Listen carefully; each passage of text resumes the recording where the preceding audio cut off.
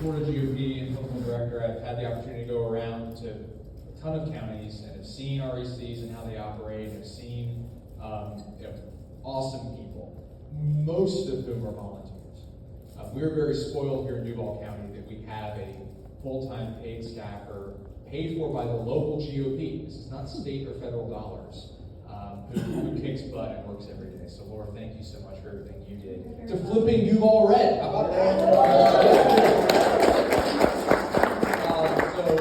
Yes, as Laura said, my name is Alex Pantanakis. I served as the political director for the Republican Party of Florida for this election cycle. And yes, as she said, it was a different cycle for us in Florida. We were not the belle of the ball. We did not have the 230 RNC or Trump victory staffers in Florida that we had 4 years ago. 230 staffers paid for by Washington and the Republican National Committee. Do you know how many we had this go around paid for by the RNC? I think we had 3. And Jake and I don't count because we're state guys. So that just goes to show you how much things have changed here in Florida in just a short period of time. You've heard a lot about the voter registration lead in the state. Over 1 million now Republicans, more Republicans than Democrats in Florida. Now 1.1 million more Republicans than Democrats in Florida. Just 4 years ago, yeah, that deserves it. Just 4 years ago, there were 100,000 more Democrats than Republicans, and President Trump still won. So that just shows you Republican governance works, right? People vote with their feet, and we've really seen a sea change in Florida the last 4 years. But it's easy to look back now, 2 weeks later from the election, and go, oh, that was always in the bag. We were always going to win Florida. President Trump was never going to have a problem here. So I took the liberty on my way here to pull some of the headlines that you might have missed going into the election. Politico on October 1st, Democrat deja vu. They say Florida is in play this time. Mother Jones, liberal blog, on October 8th, quote, tightening Senate race, a popular abortion measure. Democrats plot to flip the Sunshine State. James Carville, October 4th. We could win this thing in Florida. The DNC chairman, Jamie Harrison, Florida is in play with Vice President Harris at the helm and record-breaking investments. In the Florida campaign, we have the momentum to finish strong and deliver wins for Democrats up and down the ballot, September 27th. So make no mistake about it. Democrats absolutely tried here, and we beat them anyway. So that's awesome, and that's due to many of you. Over 4.6 million Republicans voted in this election. That is an all-time record for an election in Florida. 86% of registered Republicans in the state of Florida voted. That is another record.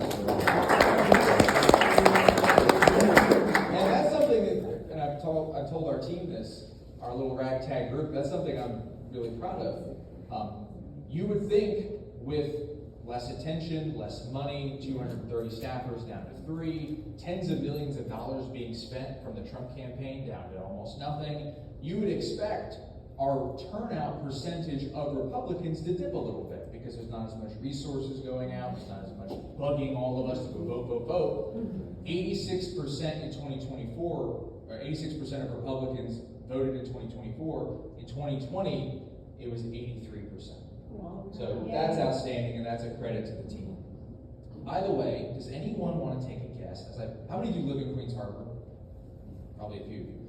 Does anyone know what percentage, or what the turnout percentage of Republicans in Precinct 301 was? What was it? Any guesses? 100. That would be cool. But it'd be easier to send you the list of people that didn't vote. You can go knock on their door. 79%. 95%. So you guys, your mission for the next year of this club is go find that 5%. And find out what the deal is. Old-fashioned peer pressure. I'll go through the top lines. We all saw them, but it's worth talking about them again. President Trump won Florida by more than 13%. That is a record for a presidential campaign in Florida since 1988. No Republican or Democrat candidate running for president has done that well in Florida. Senator Scott won by more than 12%. All of our, and again, a lot of the Florida's in play talk circled around that Senate race. Senator Scott running against Council Powell. A lot of polling showing it a tight race. A lot of there's going to be this undercurrent of people who are for some reason going to vote for Donald Trump and then not vote for Rick Scott. There was all this talk. And of course, almost everyone who voted for President Trump voted for Senator Scott. And for a man who's never won statewide by more than 1 point, a 12-point win's pretty darn good for Rick Scott. So I'm sure he was happy with that. 4.6 million Republicans voted, as I said, but Donald Trump got 6.1 million Floridian votes in Florida compared to Kamala Harris's 4.6. Supermajorities. So in our legislature in Florida, we have supermajorities in the Florida House and the Florida Senate. For the first time in history, we successfully retained the supermajority. Usually we get it, and then in the presidential cycle we lose it. We retained supermajorities in the House and Senate. This is a big one that the state party spent tens of millions of dollars on. We defeated the radical amendments 3 and 4. If anyone has questions about that, we can talk about that. And then 6 counties flipped. We all talked about Duval County, but Hillsborough County, Pinellas County, Miami-Dade, Seminole, and Osceola all went for Biden in 2020, but went for Trump in 2024. Osceola, by the way, I did not have on my bingo card. I would never tell my friends, Mark Cross, that Chairman Osceola does an awesome job, and I was looking the day before the election at Republican turnout and how we were doing in different counties, and Palm Beach and Osceola, before Election Day, still had Democrat advantage on turnout, and they actually ended with more Democrats than Republicans voting in both of those counties. We only lost Palm Beach County by a point or two, and Osceola County, heavy Hispanic county, heavy Puerto Rican community, flipped red. So that's an awesome sign of things to come. So, what are we focused on now? So, we've all seen the news. President Trump is naming his cabinet. Our chairman, Evan Powers, said in a media interview a few days ago, we saved Florida, now Florida is saving the nation. President Trump, our very own Florida man, is the president, but we have quite a few cabinet members from our state. A local, to many of us, some of us know her, Susie Wiles, is the chief of staff. First female chief of staff in U.S. history, and a Jacksonville native, which is really neat. Our Senator Marco Rubio, tapped to be Secretary of State. And then we'll, of course, see what Governor DeSantis does in replacing Senator Rubio, which is his right. He made an announcement yesterday saying that he'll name his appointment to replace the senator by January. Attorney General Matt Gaetz, that'll shake things up. Democrats horse night. Sitting up, and then another local to Northeast Florida, Mike Waltz, from District 6. So we will have special elections to replace Congressman Gaetz and Congressman Waltz, and then Senator Rubio will there'll be an appointment to replace him. And something tells me there's probably going to be a few more Floridians scooped up between now and when President Trump puts his hand on the Bible. So we'll anxiously await that. So how did we do it? Let's. Oh, before I forget, you did a call for elected officials, and I saw one person like this because I think he's really glad he's not an elected official anymore. Former council member, Council President Aaron Bowman is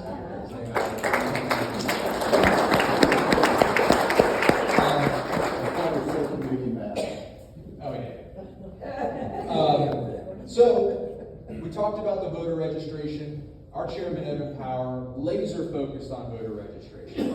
When he took office in January of this year, he had a goal to pass that more than 1 million mark. He did it and then exceeded it. We're going to keep pressing on the gas there. We do not want to let up. We do not want to give in an inch to the Democrats. We flipped these 6 counties red. We want to keep all of them red, and we want to pick off a few more.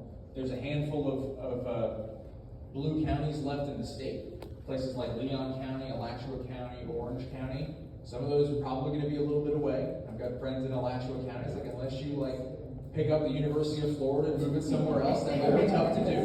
But we're going to keep pressing on the gas, and our state chairman is going to keep focusing on that.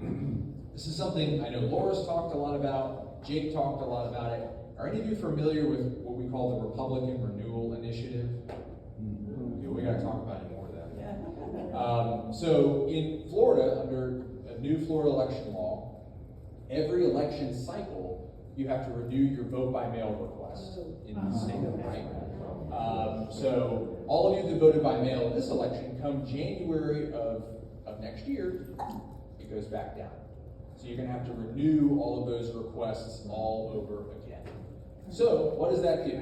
That puts the burden on the organizations. It puts the burden on the state and local parties to talk to our Republicans. Like, we're not here to evangelize and vote by mail. I understand a lot of our voters, and the numbers bear it out, want to vote in person. I vote in person. I vote early. A lot of people like to vote on election day. But I think we can all agree that for our Republicans that do prefer to vote by mail, whether there's a health issue there or they travel, we want to make sure they get those ballots in the mail when the election rolls around next cycle. So we focused on that quite a bit. This previous election, we had a very high renewal rate of our Republicans. We held our own with vote by mail returns against the Democrats. The Democrats, that's their preferred method of voting this day and age. But we only lost vote by mail by 6%. And that put us in a good position to dominate early voting and dominate election day. So the work begins again. We're right back to it. So there are tens of thousands of Republicans in Duval County who are going to need to reach out to them, encourage them to renew their vote by mail requests. So that work starts again, keeping up with the voter registration and keep growing our club and our volunteer base. So that's more or less the overview, and I want to give it over to my colleague, Jake Holmgreen, who didn't just have Northeast Florida. This is how tight we work. So Jake, I want you to come in and be the Deputy Political Director for North Florida. Okay, sounds great. You have Duval to, Escambia County. All that whole region was his, and then down to Marion County. So, my goodness, thank goodness we reimbursed the mileage.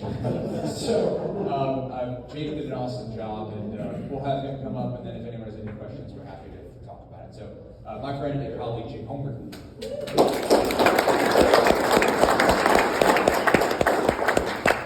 All right, well, thank you, Alex, and thank you, Laura, for inviting us tonight and having us here. I think Alex got most of the good stuff, but I know I've worked with many of you before, in a volunteer capacity, or maybe more professional than that, either way, working to elect conservatives. So I think I'm going to tell a couple anecdotal stories first, and then maybe get into the numbers a little bit. But first, I want to start with two of these ladies sitting up here. So I'm going to start with Deborah.